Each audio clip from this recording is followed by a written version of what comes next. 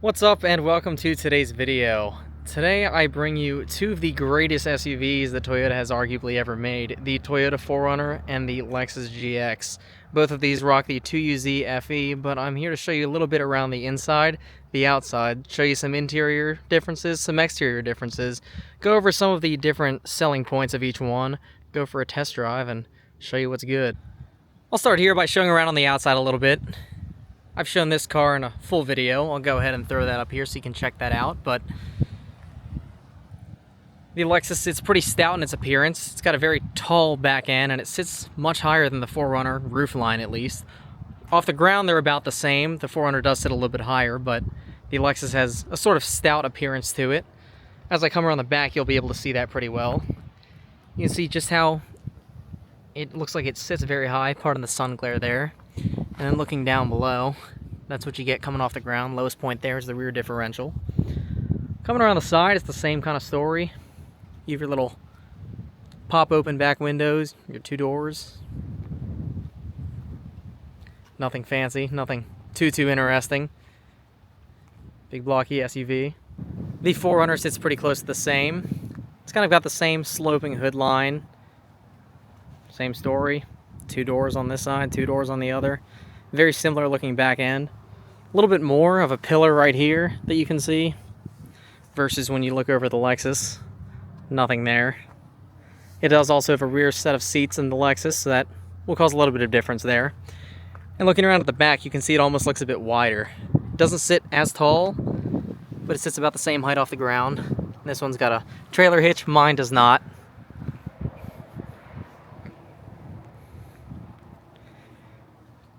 Yeah, there's a quick little exterior walk around. You can see the mirrors are pretty much exactly the same. Looking here on the 4Runner, and then over here on the Lexus, exactly the same. As you can see, the side profiles here are pretty similar. There are a couple big differences though.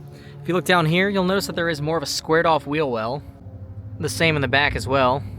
Versus the Lexus, which has more of a rounded wheel well up front, and a slightly more squared off wheel well in the back, but not too much more. If you're looking at one of these personally and you're trying to do some sort of bigger tire fitment, you might have to do some cutting with either bumper, or if you're going to go bigger, you might as well just replace the bumper at that point. I've seen some people do some crazy cuts on these, both front and rear, but something to look out for.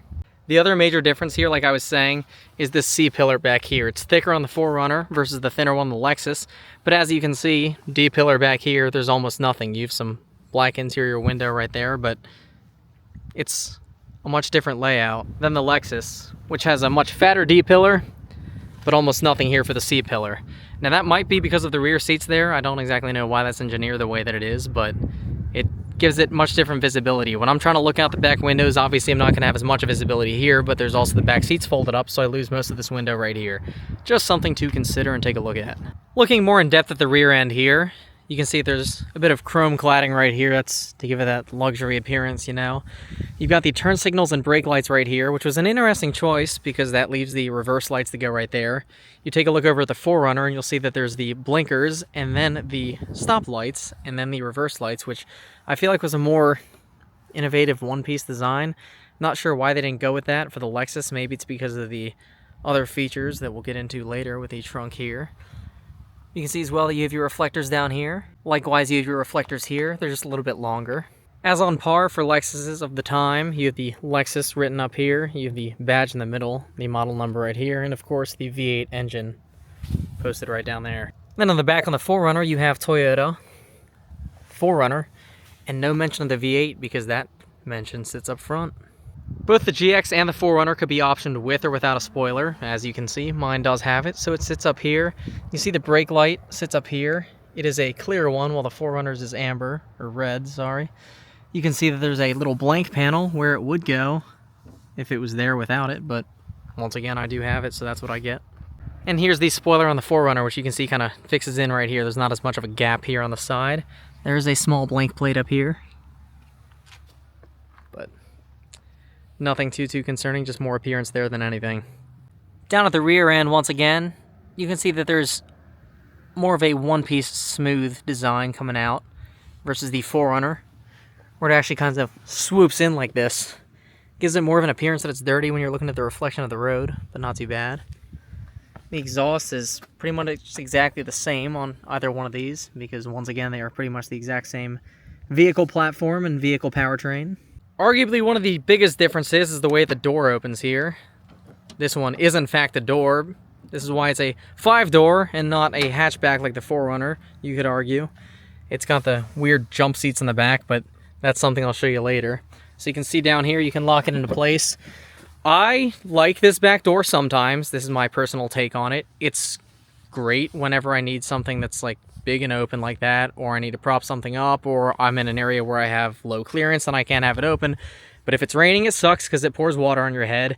If you're in a parking garage, it sucks. And if somebody parks really close to your bumper and you can't move it for whatever reason, it's not ideal. But for the most part, it's pretty cool, I think. People see it as a neat little party trick. Handle's broken off there, but it's something all right. The 4Runner takes the much more traditional approach here. It's got the one-piece hatch that opens as a hatch does. It's also got what it's most known for, which is the rear-down back window, as Liam is showing off and making me incredibly jealous right now. If there's one feature that I could add to my car or take a 4Runner 4 over that, it would be this. But as you can see here, it just opens up as any other trunk would. Nothing too exciting. If it wants to open, there we go. It's an old shock-powered hatch, and like I was saying, if I'm standing underneath of it like I am right now, it's rain protection, it's, I don't know, sun protection if you want to call it that, but it also does sit higher than the rest of the car, so if you're in a low clearance area, as I mentioned, it does hinder how hard you can open it, or how high. One of the other big differences here looking at the outside when it comes to the trunk is if you close it slowly on the 4Runner and you don't just get it all the way, it's got soft close, it'll pull it closed for you. It's a nice feature to have. Whereas on the supposed luxury vehicle, you get a half latch that'll just do this while you drive and keep on setting off the door chime inside to let you know that it's open. Ask me how I know. Moving up front, this is where the most obvious differences take place, at least in my opinion. If you look at the Lexus, it does have a very rounded design. The grille has a slight slope up, but then once it goes up there, it's just one kind of smooth line up and then up the windshield and to the back. Nothing too special. You see that it has xenon projector headlamps for both the low beams and the high beams.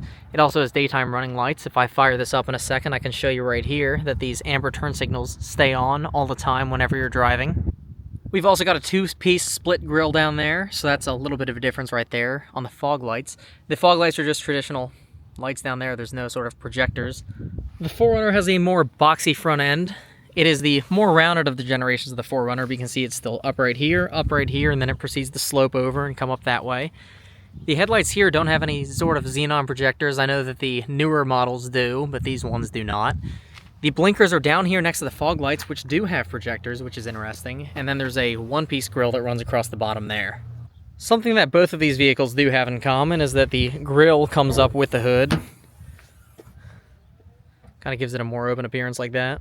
And the Toyota opens the exact same way. You'll notice though that this one has the same font V8 badge just in the grille. That's the really only way to tell from the outside if it's a V8 or a V6 4Runner. But I'll go ahead, I'll grab right here where the latch is, and you can see that it pops up just the same way that the Lexus does, giving that nice open look up front. We will use that segue to move on up here to the engines. So as you can see, mine is absolutely filthy. I have not cleaned this in quite some time. As I've mentioned in every single other video, I swear I have done it before. But you can see that there's a lot of plastic cladding right here. You see this is here, and then there's another one that covers up the airbox that I do not have. There's also this big plastic piece, which the 4Runner does share, as it has one as well, but you can see that it's pretty much exactly the same as the 4Runner, given that both of these, like I said, are 2005s with the 2UZ FE, the 4.7 liter V8. The most noticeable difference up here is the little pusher fan that you have. This actually isn't for the engine, but rather for the AC condenser whenever the AC comes on. It'll come on full force whenever the AC is on and not whenever the engine is hot. So that is not as much for engine cooling, but it will in fact get spinning once you turn on your cold air inside. The 4Runner, however, looks a lot more rugged, as it is a completely open experience once you get in here. Much cleaner, obviously, but like I said, you can see that everything is open, everything is exposed, makes it a little bit easier to work on, a little bit less to work with. You can fit one of the Lexus covers, as far as I'm aware, on top of this to remove this, and then get one that'll just pivot on top of there and sit. Same exact braking system, same exact engine, 4.7 V8, and there is no pusher fan that sits down here. You just have a big empty air gap. We'll go ahead and start her on up for you. You can hear a little bit of a tick right there as my headers are starting to go out, but the AC is on, so this is running. I think this might be because it has rear air conditioning, but I'm not 100% sure, but it's a very quiet engine. It's one of the many things that I love about this powertrain. The V8s for both the 4Runner and the GX in 2005 were rated for 270 horsepower and 330 foot-pounds of torque, which is interesting because before that they were rated for less because they both did not have VVT at the time. Both of these do, hence the iForce and VVT-I badges on these. But the ones after that were only rated for 263 horsepower, so I don't know if it was measured differently in 05. It's an interesting comparison there. Start up the 4Runner as well, just to give you that same exact engine sound.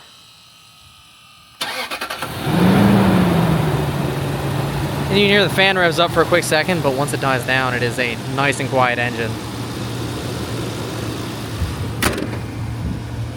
Arguably one of Toyota's best. Looking underneath and at the tires here as we're on our way down, you'll see that these are 17-inch by 7.5 wheels. The 4Runner, I believe, is exactly the same. The tires here are 265/65 R17s. And the 4Runner has the exact same wheel and tire size, which is real convenient if you have one, if you have the other, if you want to swap wheels from previous 4Runners or later GX generations. It is pretty much exactly the same to be able to just transfer on over.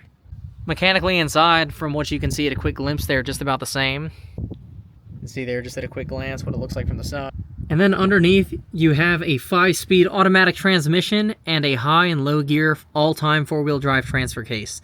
That is what comes in the Lexus GX with the V8, as the V8 is the only option that you can get in this vehicle. This 4Runner here is mated to have the exact same powertrain as mine, so it also has the all-time 4-wheel drive system and the 5-speed automatic transmission. Now, one of the biggest differences when it comes to powertrain here is while these two respect to have the exact same powertrain, you could not get a 2-wheel drive GX470 and you could not get a V6 GX470. It came with a 4.7-liter V8 and full-time 4-wheel drive, and you had no other option because of this. This is because this was also sold as the Land Cruiser Prado overseas and in other markets outside of the North American market. It was just sold as the GX470 here in America. This makes it a mini Land Cruiser, which is one of the reasons that they sell so well and do so well off-road. The 4Runner, on the other hand, while it is mated to have the exact same powertrain as mine, you could also get this with a V6 and you could also get this with 2-wheel drive. Try to follow me here. You could get a V8 2-wheel drive option, or you could get a V8 4-wheel drive option, but if you get the 4-wheel drive option here, it only has all-time 4-wheel drive. There is no such thing as a 2-wheel drive version with 4-wheel drive, if I'm making sense there. If you get the V6 version, you can get it with 2-wheel drive as well, or you can get it with a 4-wheel drive selection, so you have the option of 2 high, 4 low, or 4 high, where if you get the V8, you have the option of 4 high, 4 low, and no 2-wheel drive option, unless you get the 2-wheel drive only. Looking underneath here at the rear end, you can see the spare tire sits here. You can see the axle sits right there. The 23-gallon fuel tank sits right in front of it. The 4Runner has the exact same fuel capacity as the GX. And under the GX, it looks almost exactly the same for that same reason. It sits on the same frame, the same platform, which makes it a very similar competitor. While I'm showing you the underside of the Lexus here, I do want to show you as well that this has coil springs up here, but these are not stock. This vehicle does come stock with air suspension in the rear, but stock coils and shocks up front. I replaced the air springs back here with coil springs so that I would have more robust reliability and have something that would last longer. So this is sitting at stock height. It gives about a stock ride experience, but it is coil springs instead of airbags. So that is a big difference. There's different kinds of mods that you can do, so you can keep that and lift it with the airbags, or you can just remove them and put in a coil spring kit. Once again, that's just how I prefer to do it, but there you go.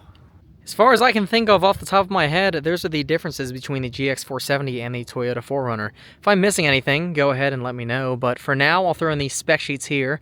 I'll throw in the wheelbase and the height, the length, the width, and all that, just so you can get an actual idea of how they stack up size-wise on the exterior. I don't have those all memorized, otherwise I'd be reciting them to you right now, but there's a lot of numbers to crunch there.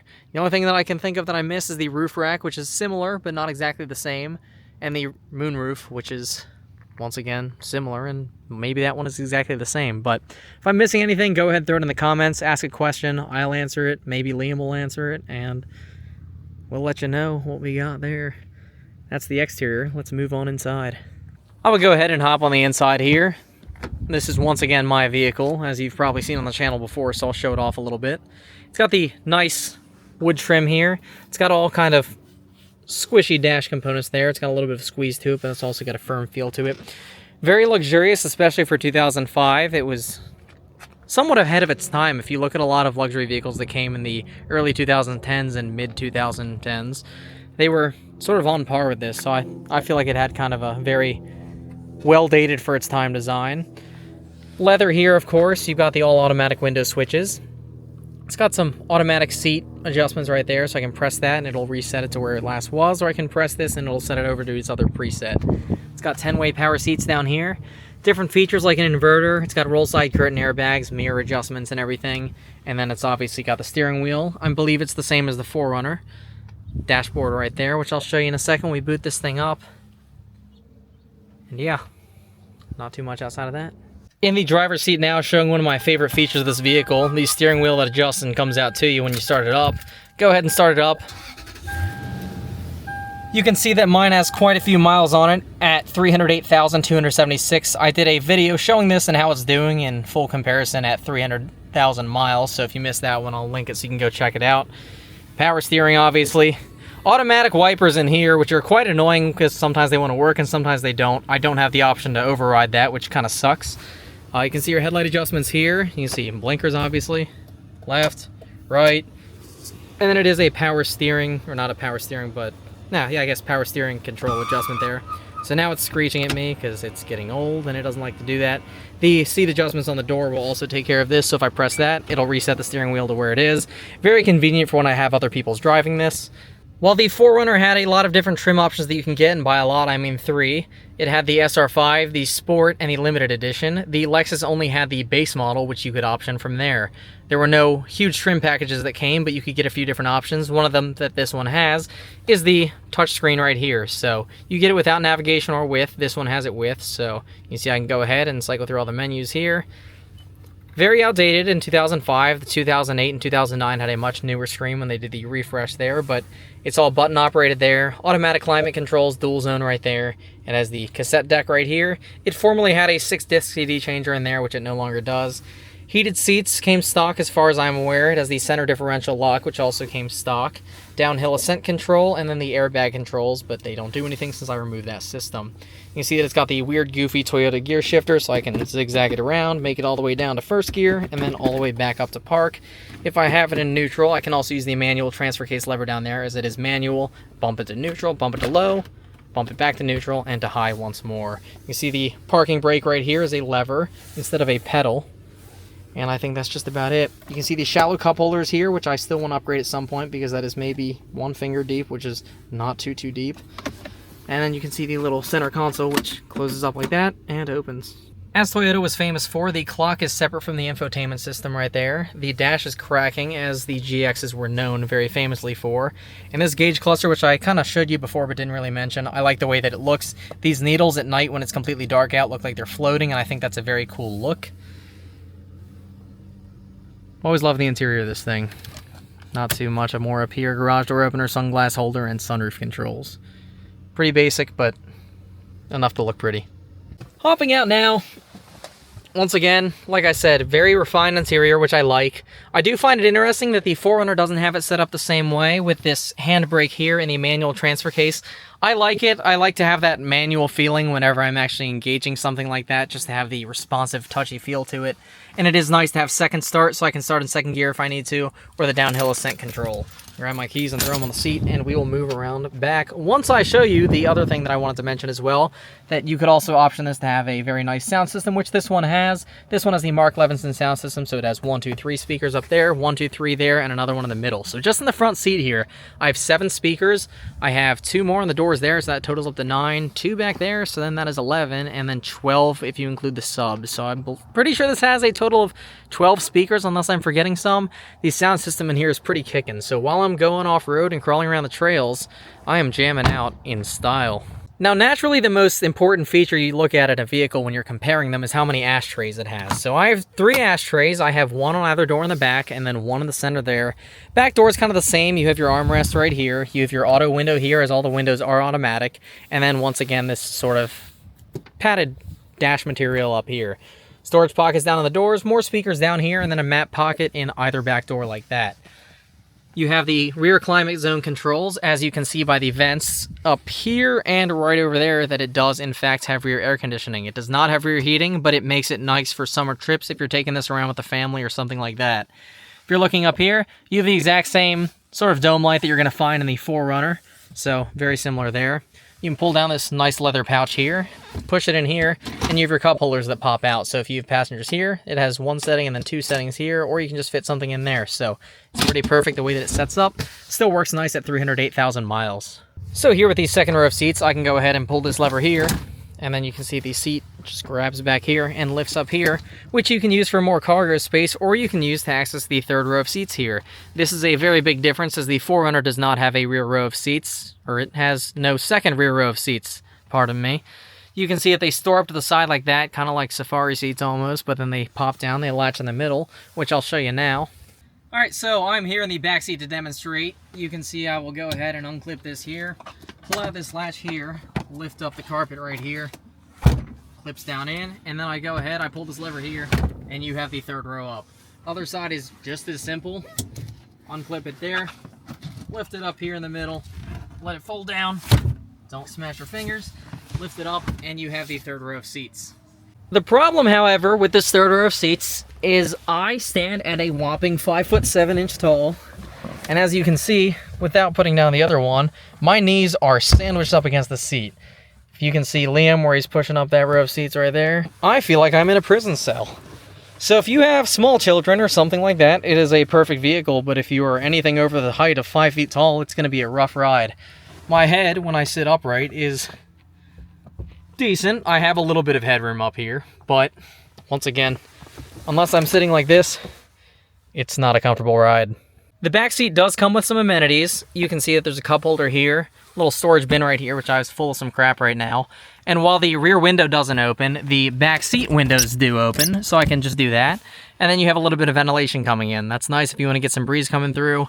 There's grab handles back here for your passengers, a seat belt for whoever's sitting in the middle. Vents up here as well, so the back seat does get pretty cold.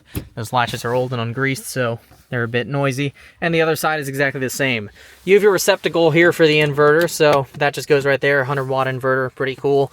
And then a sub right here, which I have upgraded to a 6.5-inch from a stock 6-inch. Looking at the back door here, once again, before I close it up, it is very contoured to the back seat here. You can see that this line swoops in pretty nicely. I'll go ahead and I'll close it. Gas cap while I'm on the outside is pretty much the exact same as the 4Runner. And I'll open up the rear door here, which I will lock in place. And you can see there's a fair bit of cargo room back here. I've fit some pretty big stuff in here before and never really had too much of a problem. It's nice and spacious. I can't complain. If I pop open the side here, you'll see the bottle jack, you'll see the Lexus first aid kit. I'll go ahead and I'll put that back in, which you can also see there's insulation in there for sound deadening because luxury vehicles. There is also a cargo net that I can get that spans across here, but I do not have that because I am not quite sure where it went. So I don't have that anymore. It's screwed on 2 little latches there and you could do that. It would contain your stuff in just so it wouldn't come rolling out, which was nice. Once again, don't have it. Door in the latch, or light in the door frame here. Speakers in the door there, and then a little net right here, which I don't really know what that's meant to hold, but I don't know. The passenger rear seat pretty much mocks the front seat. There's not too much to see here. Same deal, ashtray, door pocket, door handle, leather trim. And the passenger seat is powered as well. Powered front back, and then lumbar right there. So it is a 6-way power seat, not a 10-way like the other side. Once again, dash is cracking because it's old, but glove box here, Lexus right there, and my door panel right there. Alright, I'm Liam. I own the 4Runner. I'm just going to show you around the interior just because I know it a little bit better than Michael. Coming down here, you don't have any of the wood trim that you have on the GX, and you don't have the leather here. You get cloth. Nice big handle here to grab. You do have one automatic switch here, individual mirror controls. You do have a tweeter set, one there and one there. JBL audio there on the left and on the right side down at the bottom of the door pockets. Coming on to the interior here, I do not have the automatic steering wheel option as he does. Mine is manual. Starting it up there, you can see start smooth. I got 185,000 and some change on it. Coming in here to the center console, I've got my four-wheel drive selector, not manual like the GX. I've got my roll down window here, and that is automatic as well. Radio here has been upgraded. It does have the BT45 module that adds Bluetooth, overrides the CD controller. Automatic climate control here, you can see you've got low, medium, medium more, and high, and off. You've got your automatic climate control here, and you can set that to whatever you want there.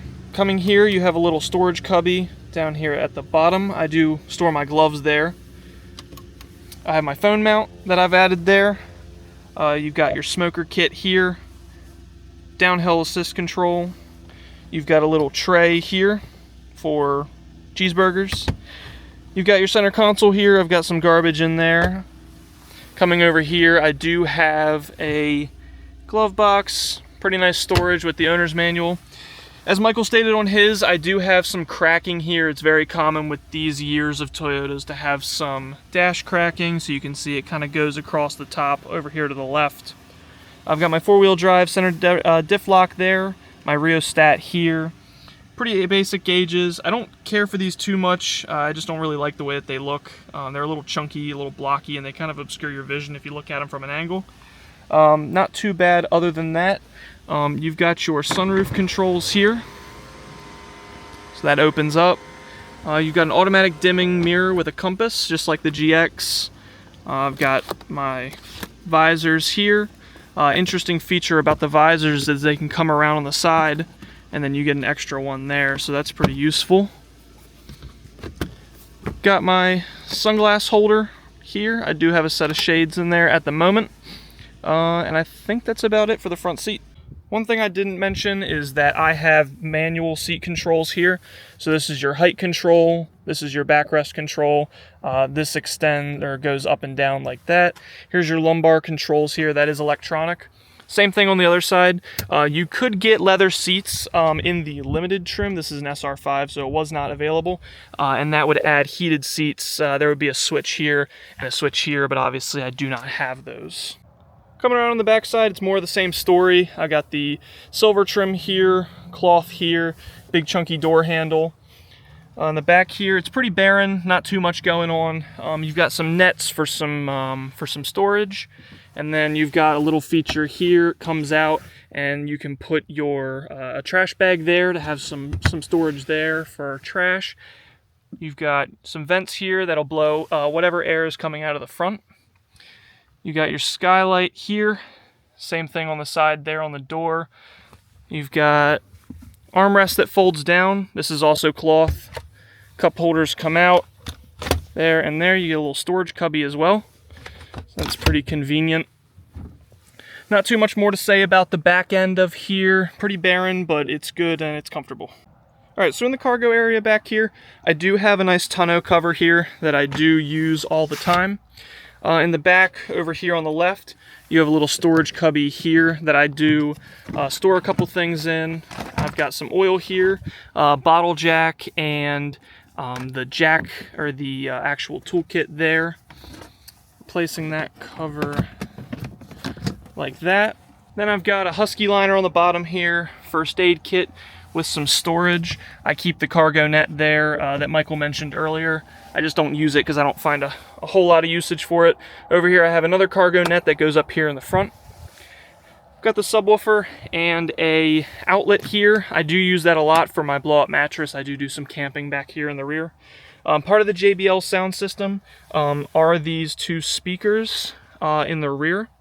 If you did not have the JBL sound system, these would actually be mirrors that were angled downwards so you could see what you were backing up to, which is kind of an interesting feature I don't hear talked about too much. One of the interesting features of the 4th gen 4Runner is that you can unlock this little tray back here and you can lift it up. This is actually the first time I've ever done it. And it comes up like that and makes a little storage tray, kind of separates your cargo room there, which is pretty cool. I don't use it, I never have, but it is nice to have. If you did want to use it, it gives you the option of kind of separating your things, maybe groceries or flat items on the top or on the bottom or so on. So something that Michael just pointed out to me is that the Lexus actually does not have an outlet in the rear, but it does have an inverter, a regular household outlet, which is pretty useful. The later 4th generation 4Runners did have this, but mine does not. They'd have a little button on the left side where you could activate and deactivate the plug at will. So kind of an interesting little difference between the two, but mostly the layout's fairly similar enough. All right, coming around here on the passenger side, not much more different than the driver's side. Over here, kind of all the same story. You do have the option to fold the seats down in the back here. It is a 60-40 split. It only comes down about that far unless you do raise up the bottom portion of the seats like that. And like that. I've got my seats kind of far back, so I'm a taller guy, so I don't have them in kind of an advantageous spot at the moment to be able to get that done. But nevertheless, you can fold them pretty much completely flat. I am able to fit laying down on a mattress front to back without touching the hatch, so that's very nice for camping. All right, wrapping up the passenger side here, got the same kind of leather armrest here, cloth on the inside here. You got your window control and your lock control. JBL speaker here, a little bit more storage up here in the glove box. You got your cup holders, which are pretty big, and they've got kind of these little wings that come out, and you're able to get a better clamp on things. I do have heated mirrors that I have upgraded in this one. A popular thing to do with these 4Runners is because the back window does go down and it is kind of thin, it's very popular for people to unplug the rear window defroster, which I have done, and so now it just powers the mirrors, which have been added off of a Limited. So I've got the camera once more and just kind of giving a quick little what I see when I initially get in here versus the GX. Obviously this is a different layout. It's got much different layout. All of mine is built into the screen, which is nice for better or for worse. My screen that displays all this information here is up here, and it's just an interesting choice that Toyota did for quite some time. It's got a more bare bones feel to it, but I kind of like it that way. It makes me feel less like I'm prone to mess something up versus in the luxury where I don't want to scratch it or dent it too much. The gauges are definitely something to get used to, the big cutouts like this, but like I said, exact same steering wheel, so that's got a nice feel to it. It's not power adjustable back here, but how often do you really adjust it? I do like that it's got a JBL sound system as well, because once again, that's an option that you could get, but I always feel like a premium sound system is a good option to get. It's got the more swooped feel to it too, which is once again more of a utilitarian feel.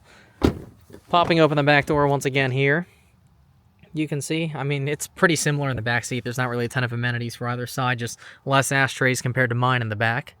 The roll down rear window, as I mentioned before, is something that I've always been jealous of. The passenger side, once again, just about exactly the same. The difference is I don't have cup holders in my door pockets, so that is a difference. And I have the automatic windows all around. The power seats is also nice to have in mine, along with the memory adjustable seats. But once again, utilitarian barebone feel. Much more of an upright dash here, but same dash, same prone to cracking here. Other than that, though, it is a very nice feel. I also have in mind the BT45 toy adapter, which is very nice to have. And therefore, we both have Bluetooth in our cars that do not come stock with Bluetooth. Alrighty, I'm behind the wheel of the 4Runner for the first time, so I'm going to start it up. I'm going to take it for a test drive before Liam drives my car, right next to the 4-wheel drive automatic selector. Put in the key, start her up, smooth as can be, and I will take it out and about, and I'll kind of give my impressions driving this as I drive something similar, but not quite the same. See 16.7 miles per gallon. Is that about accurate there? That's pretty close. I was going to say I'm usually rocking the 16.5 range, sometimes a little bit less, but take her out for a spin and show you what we got. So I'm behind the wheel of the 4Runner now, as I just mentioned before, and Liam said this is probably going to feel just like the GX, and it pretty much does. It doesn't feel too much firmer or stiffer than it. Once again, the only suspension difference that I have as of now is that I have coil springs in the back instead of the stock air springs, which rode pretty much about the same when I got it. If I punch it real quick, transmission feels about the same to respond, and engine time has just about the exact same response.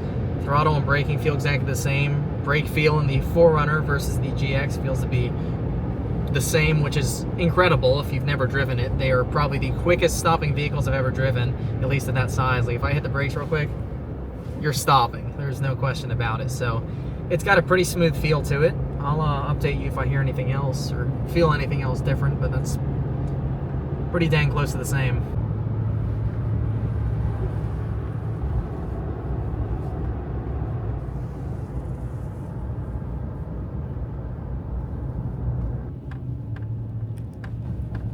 much of a city road, but more of a downtown, hitting some of the potholes, and once again, still feels relatively smooth. I mean, I expected it to be almost exactly the same, and here we are, but I'd be happy with it if it was my car. Go ahead and punch it real quick.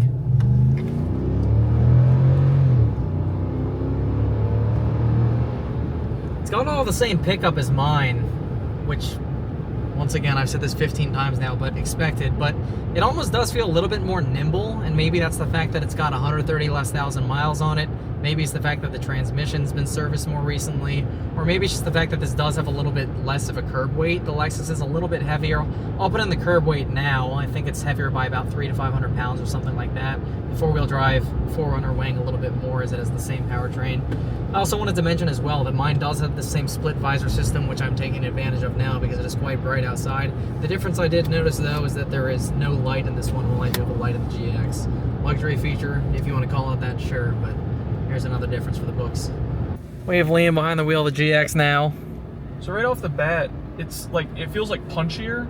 I don't know like why, but it's like when I put my foot on the gas, it like kind of jerks me back in my seat. Maybe I'm just used to, maybe the throttle's different somehow. But I really like the wood right off the bat. I really like that. It feels nice to touch. I do really like the handbrake. I drive a Golf normally, so I'm kind of used to that versus the foot pedal one. It feels a little more premium in my opinion versus the foot pedal one, which kind of feels like a minivan or a truck. Other than that, the controls are a little bit to get used to. Personally, I hate the way that they look in the 4Runner, but I prefer kind of the simplicity of the 4Runners, but this has a lot more going on. But obviously it's a more luxurious vehicle, it has more features, so naturally it would have more going on. Driving, it feels about the same, to be honest. It's a little more top heavy. I can feel a pinch more body roll, but that could also just be placebo. Other than that, it's pretty comfy. I really appreciate the leather seats, very comfortable. Something that I've noticed about the 4Runner after driving it for so long is that my left leg sort of gets there's like a high spot in the seat. And it's really hard, and it kind of works into my leg, so my left leg will get kind of sore. And this doesn't have that problem. So whether that's due to the seat being more worn or to the material is, remains to be seen. But overall, super comfortable. Drives really good. When I come around this corner here, I'll punch it. But everything, I like the gauges a lot more on this. They are a little more easy to read, a little more easy on the eyes. We'll come around this corner here and we'll give it the beans. Kicks down good, feels good. Feels just like mine, to be honest with you. So it's impressive that at this mileage, it's just as good as probably when it left the factory. Feels just like mine with, almost double the mileage on it. Tuning in live from the passenger seat, I'll also mention that that body roll might be felt to the fact that the shocks are blown out. I mentioned that in my video of the 300,000 mile review when I found out that the original shocks were finally seeping at 300K. So they've had a long lifespan. I really can't be too upset about it. There's also a slight exhaust rattle because of the fact that it's kind of jankily done. I didn't do the best job when fixing it, but outside of that, smooth as can be. Doing the same loop as before. Just going up the same somewhat bumpy road. And the suspension feels great. It's all steel, so I imagine it's the same as the 4Runners, or at least the springs are pretty much the same, and it absorbs bumps just fine. It doesn't feel like it's loose or lost anything with the loss of the airbags, really. After totally not running the red light there, we're gonna punch it.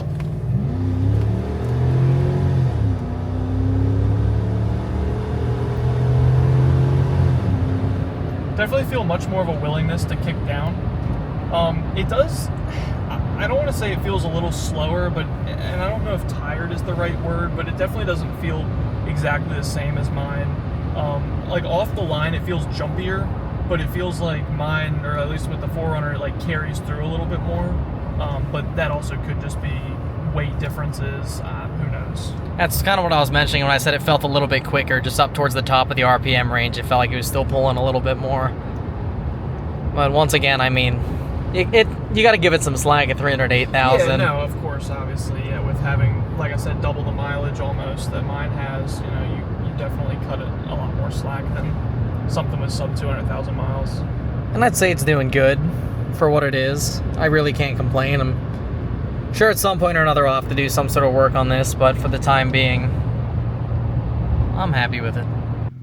We are back from our test drive and we are losing daylight, which means that it is time to wrap up this video. All in all, I would say that they stack up pretty much as similarly as I'd expect them to. They're both built on the same platform. They both sit about the same height off the ground. The Lexus is a little bit lower than the 4Runner. They both have pretty much similar interiors and exteriors to a degree. The Lexus just has the advantage of the luxurious interior, the third row, and the 4Runner has the more bare bones, the higher ground clearance, and the option of two-wheel drive or four-wheel drive, and V6 or V8. Overall, I would say that if I got either vehicle, the Lexus or the 4Runner, I'd be happy with it. I'm happy with the Lexus, but if I had a 4Runner instead, I would once again be very happy with that. I got the Lexus under very nice circumstances. It was a free car to me as soon as I fixed it up, so I can't complain about that.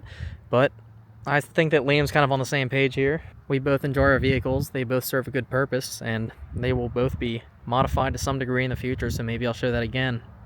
Anyways, that's a quick little wrap-up, little tour, little walk-around of how they stack up to one another. If you have any opinions, if you have any different things that we missed, or things that you want to know, things that you wonder, anything of the sort, go ahead and drop it down in the comments. In the meantime, we will keep on racking up miles on these, and we look forward to hearing from you. Be sure to like, subscribe, and stay tuned for more.